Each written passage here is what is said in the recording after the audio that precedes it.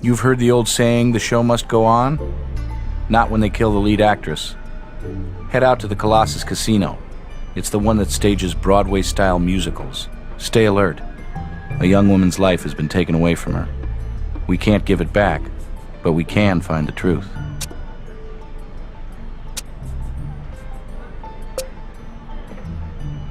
I'm Nick Stokes. Hope you're as good as I've heard, because we can stand to wrap this up fast. An event like this is the wrong kind of showstopper for all concerned. Let's go see where reality messed up the fantasy.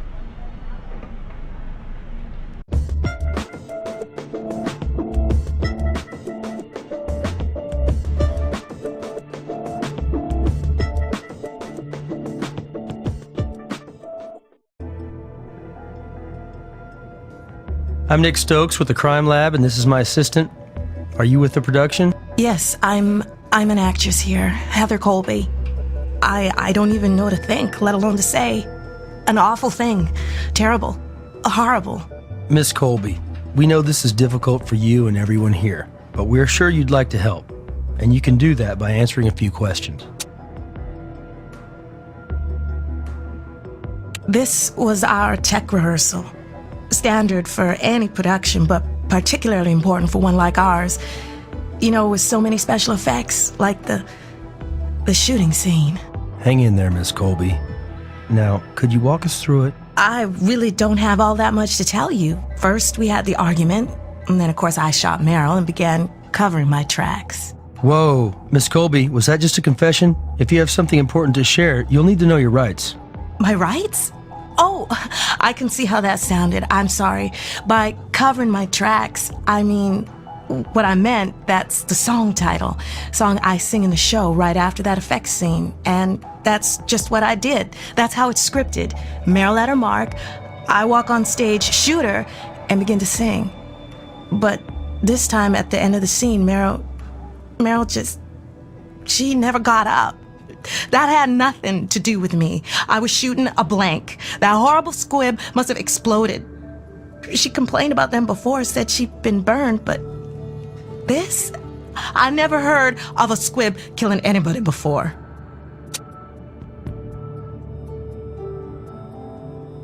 We were old friends. Kind of veterans of the wars, you know? All the way back to drama school in New York. And even then, it was obvious she was gonna make it. She had that combination of charisma and ambition that marks a real star. We worked together often, not a team so much as actors whose on-stage chemistry gelled so well that when the right roles came along, we got cast. Oh, I know, big talk, right? If we were such hot stuff, why were we still paying our dues in dinner theaters and regional productions? You got a right to say that about me, but not Meryl. She was nominated for a supporting Tony on Broadway just last season. And she's a star here in Vegas. She was a hometown girl, you know? And this production, she was great. Finally, the perfect part. And the buzz? People from both coasts were coming in for the premiere. I just know. I know. This would have done it for her. But then I guess this production was it for her, wasn't it?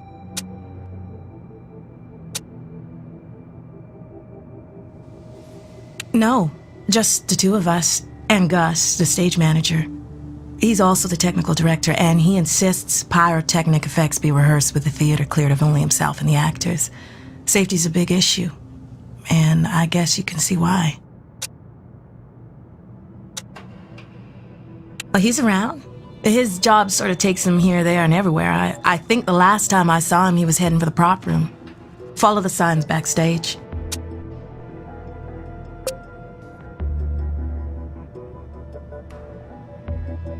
It's a mark, called a mark. Shows actors where to stand. It's used more in film than theater for camera purposes, but with special effects like these, those involved need to hit specific marks for safety, thanks to which we'll know exactly where the actors were supposed to be during this scene. On my mark. It's still on the stage. Even during the run, we keep them there, again, because of the safety issues. And of course, Meryl was at her mark, standing in front of me, right where she wound up. That's all we need right now. Well, the special effect was a gunshot wound in the chest.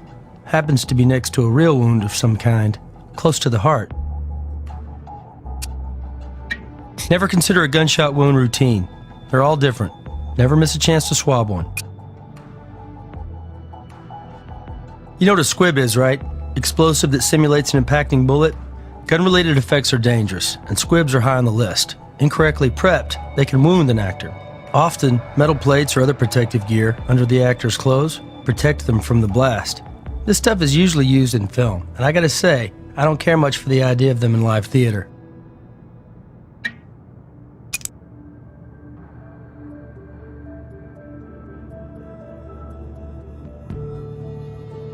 Sir? Excuse me. What? Oh, you're the police, aren't you? I'm a little out of it right now. Big shock to everyone involved. Nick Stokes, Crime Lab. And you are? Clayton Regis, Meryl's husband. I'm afraid I'm confused. If this is an accident, why are you people here? I'm trying to deal with the loss, okay? And one thing that would help me is to know what happened here. Is it negligence or something else? The fact that you can ask such a question shows why we're here, sir. And we're going to have answers for you and for your late wife.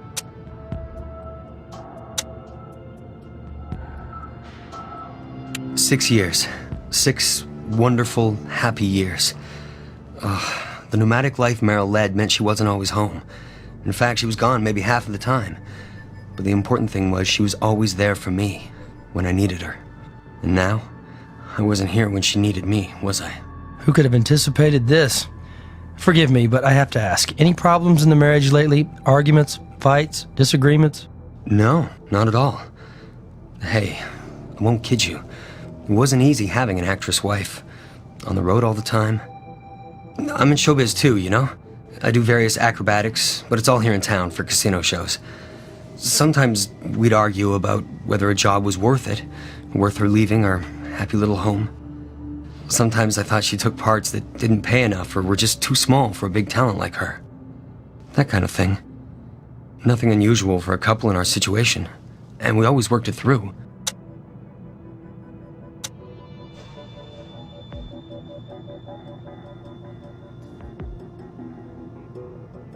Let me think. I guess I must have been at the Java Net and Brew. Took my laptop down there. One of those internet coffee shops, you know? It's just down the street. Anyway, I was coming back to the theater to pick her up, like always, when I saw the ambulance and the police cars. Well, when she's working on a show, she really burrows in and disappears into the work. I guess you'd have to say the only person besides me she's been in much contact with have been the other actors, like Heather and the director and such. I'd know him when I see him. If I've ever exchanged more than half a dozen words with the man, I'd be surprised. I do know Meryl met with him often, as you'd expect. He wired her up for the stunt today, of course. I have to say, I never did feel right about those damn squibs. What would have been wrong with a sound effect or something? It's not the movies. She said Gus was all gung-ho about it.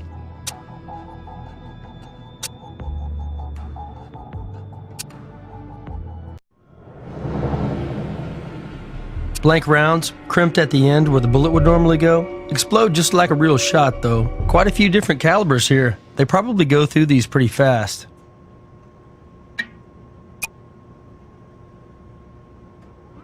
If these are real, we have our work cut out for us. Lots of different calibers. We'll need to learn more before any of these become meaningful to us.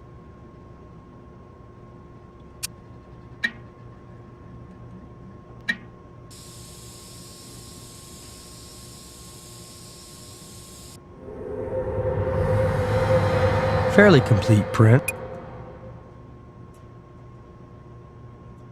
Hammer, screwdrivers, etc. Nicely organized.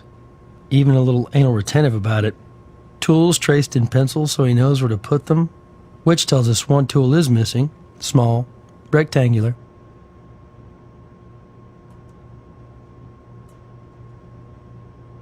Shots of Meryl, maybe during recent performances. These aren't publicity pics, though. Looks like candids.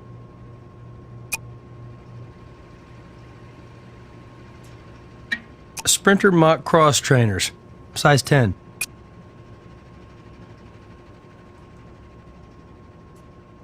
Rifle rack. One of the guns is missing, though.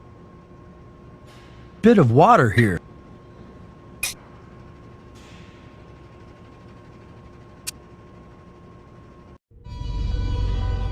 Something you want?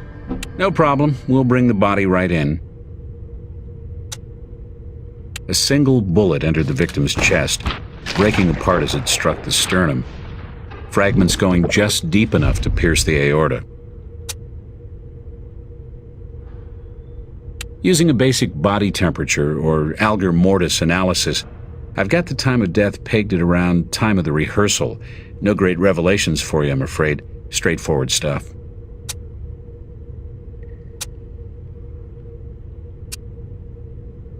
Actually, yes, several metal fragments, presumably from a bullet. They're all yours. I don't need them anymore, and neither does the Vic. Not that she ever did.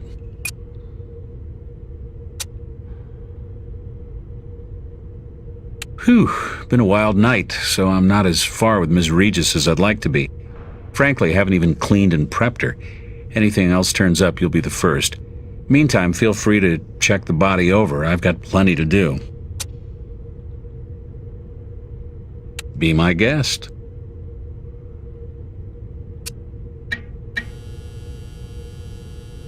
Whoa, some deep bruising peeking through that makeup. She had something to hide.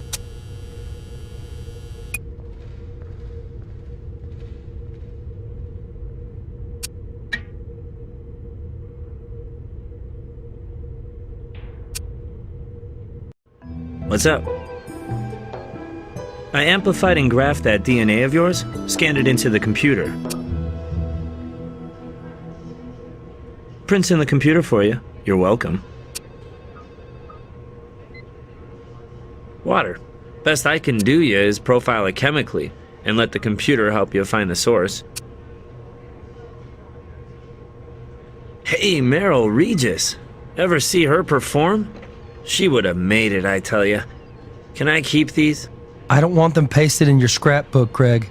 I was thinking more like, scan them into the image enhancement equipment, please.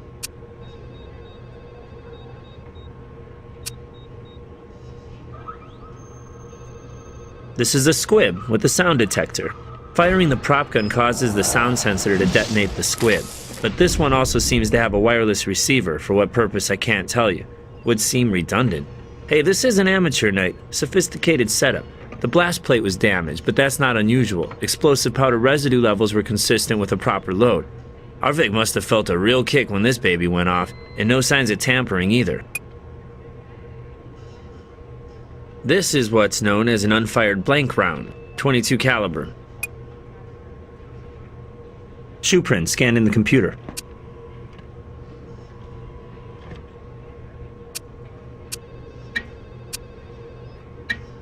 Tiny bite-type marks. Clamping tool, possibly.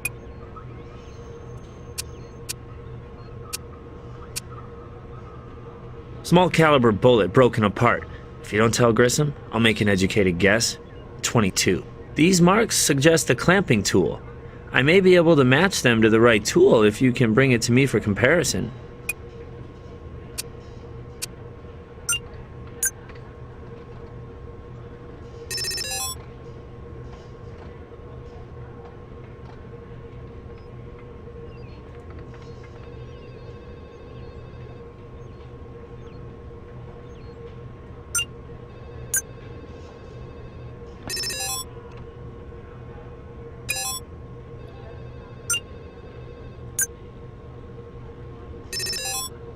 So, the water from the prop room came from the pipes in the city's commercial water supply system.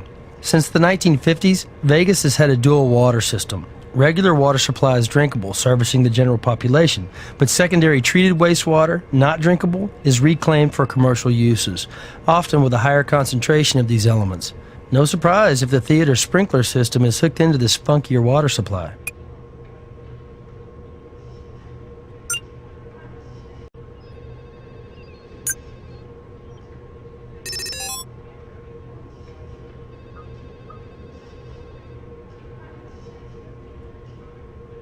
Not sure if we've got a match in this group. Meryl had a shiner when we found her. Let's take a closer look and see if she had it before she died, when this photo was taken. Hey, she did have that black eye before she was murdered. Finally getting somewhere. This candid is a real-life argument, not something from the show. Gus could have been stalking Meryl.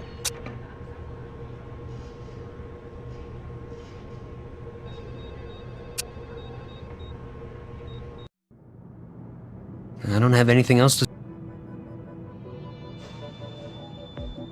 Hardly. We were colleagues and old friends. What's up? Ought to be possible. Let's check the IP traffic through the cafe's node and look up logins. Uh-huh. C. Regis logged in. Spent about 15 minutes online, then logged off. That leaves a little unaccounted for time.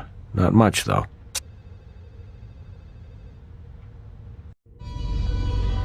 Sure.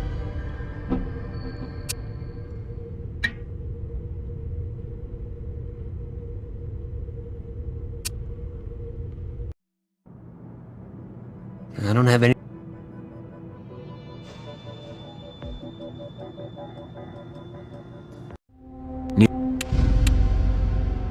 A stronger... Your case... Not yet.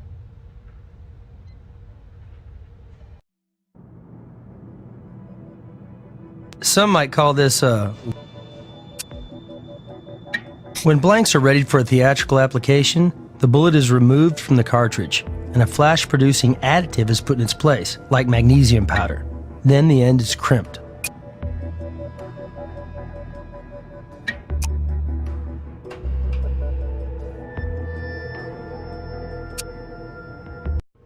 Hey. Unsurprising discovery number 1. Substance you found is gunpowder mixed with magnesium powder. Unsurprising discovery number 2. Traces of plugging material. Gun you found was likely loaded with a blank and was fired recently. Just because it's a prop gun doesn't mean a little item like this can't fire real bullets. Can't confirm whether a bullet has been fired recently from this prop or not, but I can tell you it's a .22 caliber.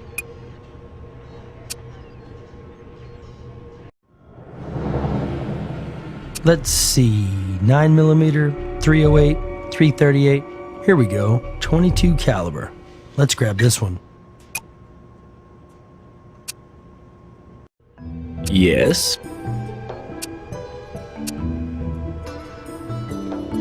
Dummy round. Just like a regular round, but a prop without gunpowder. Used for all kinds of stage work, except for actually shooting. So, we've got prop bullets matching the caliber of bullet the doc recovered from the body. However, dummy bullets lack an explosive charge, but if a bullet was already in the chamber, the force of the blank round would have fired it out.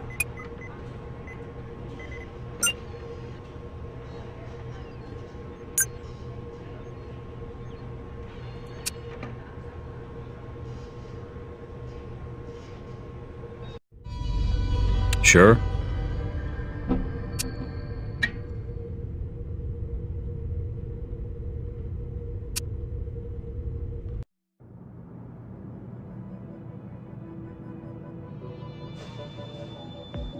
I already told you so. It's part of the scene.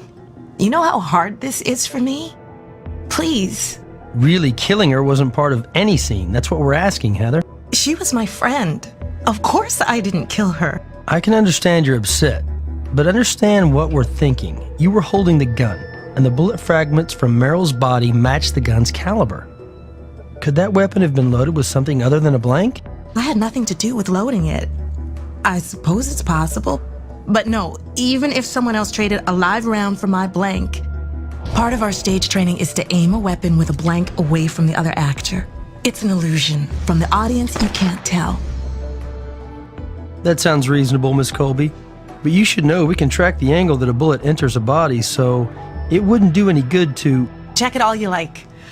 Upside down and sideways. Just leave me alone. Why are you harassing the victim's best friend? Are you that desperate for a suspect? I had to watch someone I loved die. Isn't that enough? Be my guest. We need to determine, from the wound and internal tissue damage, the trajectory of the fatal bullet. Using microsil to cast a wound, huh? I remember another newbie doing that. Unconventional, but whatever works. We should be able to get a trajectory from the mold and show that the shot either came from Heather's gun or didn't. What's up? Looks like Heather Colby isn't the only one shooting blanks. You need a new suspect, guys. The cast shows the entry wound pointing downward from the body at a 30-degree angle, and a direct shot from the front. Hey, ruling people out is a start, and this sure lends credibility to Heather's story. Let's set up a trajectory dummy at the theater. That way, we'll really know where the shot came from. This dummy will help us trace the bullet's trajectory. We know it was pointing down at about a 30-degree angle. Since actors are trained to face slightly toward the audience, the angle on the pointers would seem about right. Let's switch on Mr. Laser and see if he's pointing anywhere near Heather's mark. Let's see where it points to. Now that's interesting. It points right down to the orchestra pit. Some kind of electronic transmitter.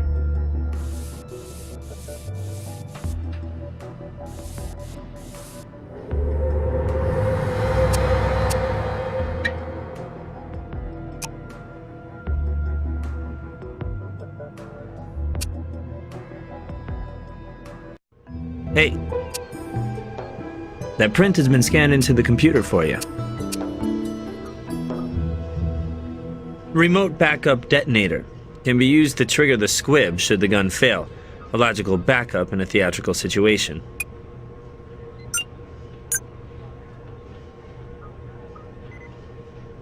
You should...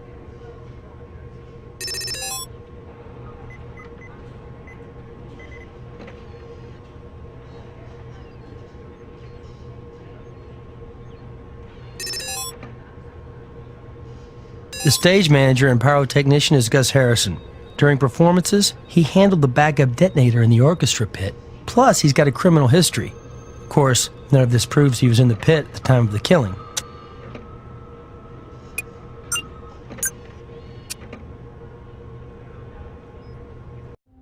Yeah? What do you need, guys?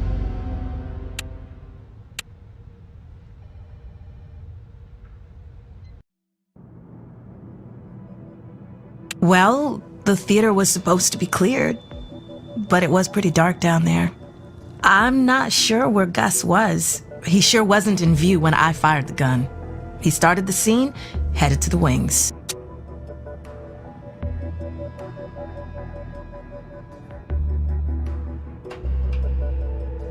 I don't have anything else.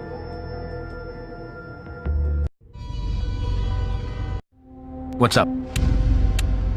A stronger link between the... Not yet. So he cleared the theater, had access to the orchestra pit, which is where we now think the shot came from. Plus he's got a criminal record and is the guy in charge of the pyrotechnics. Oh yeah, let's definitely get to know Gus better. Mr. Harrison, we're with the crime lab. Can we have a word with you? Sure, of course. Wondered when you CSIs would get around to me. Call me Gus, though. That's what my friends call me. Want to help any way I can. Doesn't do much for my rep, a fatality on my watch. We'll keep it Mr. Harrison for now. We try to keep it professional. Well, directors come and go, actors too. I'm sort of the continuity. The glue, you might say. But in an operation like this, a stage manager has to wear a lot of hats. So I'm also the technical director, in charge of props and pyrotechnics. I'm a believer in doing live effects, kind of things people are used to seeing in the movies, squibs and all. Can't have a sound effect over the sound system. That wouldn't even convince Grandma these days. Great gal. What can I say? She was the closest thing to a local star we have in Vegas, as far as legit theater is concerned. Hollywood and Broadway had been sniffing around. I worked with her before, but I wouldn't say we're friends. Co-workers. Friendly. Sure going to miss her.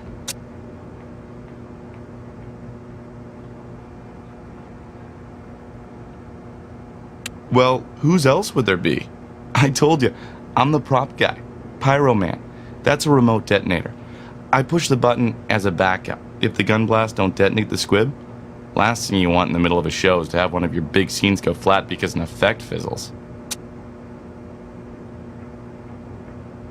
I was in the pit with my backup device, watching the stunt go down.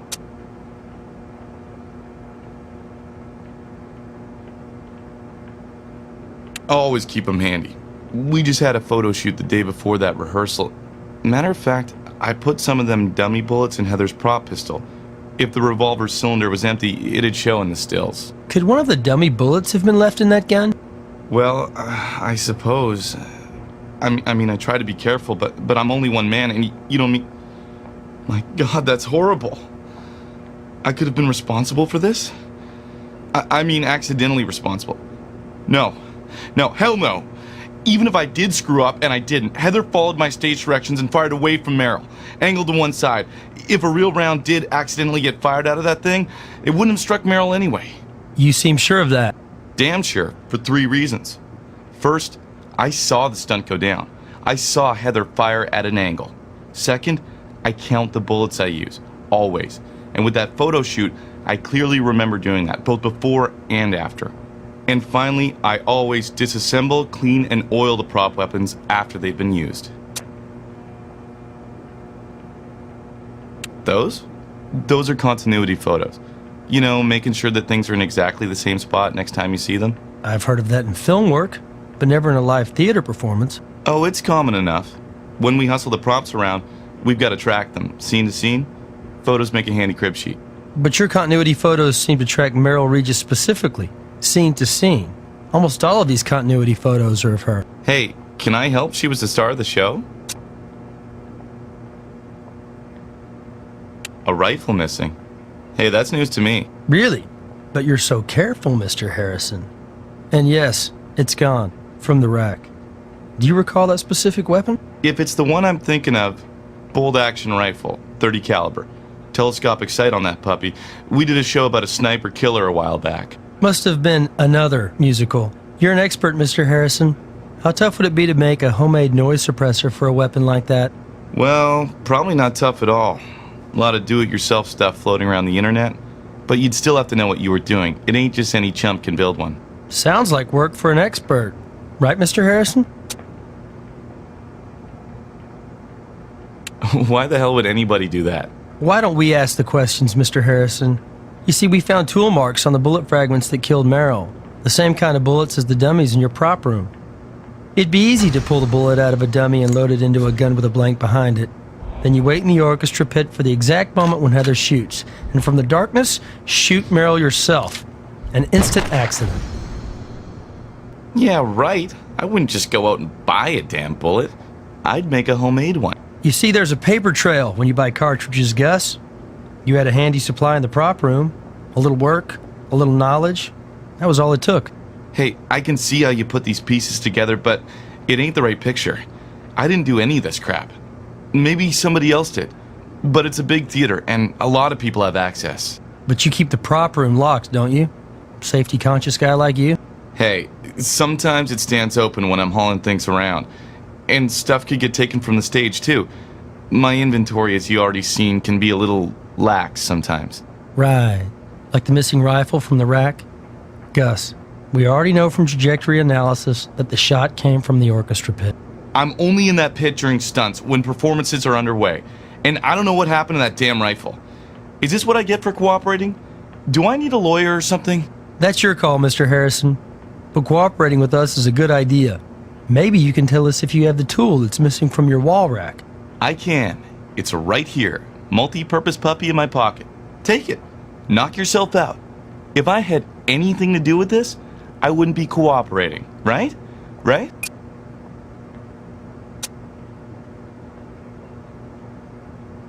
Hey, she was alive last time I saw her. You mean from the pit, during the stunt? No. I mean, after her death scene, I checked on her. I was down in the pit, yes, where I was supposed to be, and she was laying on the stage, just where she was supposed to be. Meryl whispered, kinda irritated like, that she got a bit of a backblast from the squib. I told her I'd fix that for her, before the performance. Fortunately for you, Mr. Harrison, the squib we analyzed tends to corroborate your story. Meryl's protective plate was damaged, and you couldn't have known about the backblast unless you had really spoken with Meryl after the squib detonated. But we have to follow every thread. Look, I know you do. I said I'd cooperate, and what have I been doing? So if you don't mind an outside expert asking, if Meryl was flat on the stage when she was shot, what does that do to your trajectory notions? It calls for another look, back at the theater.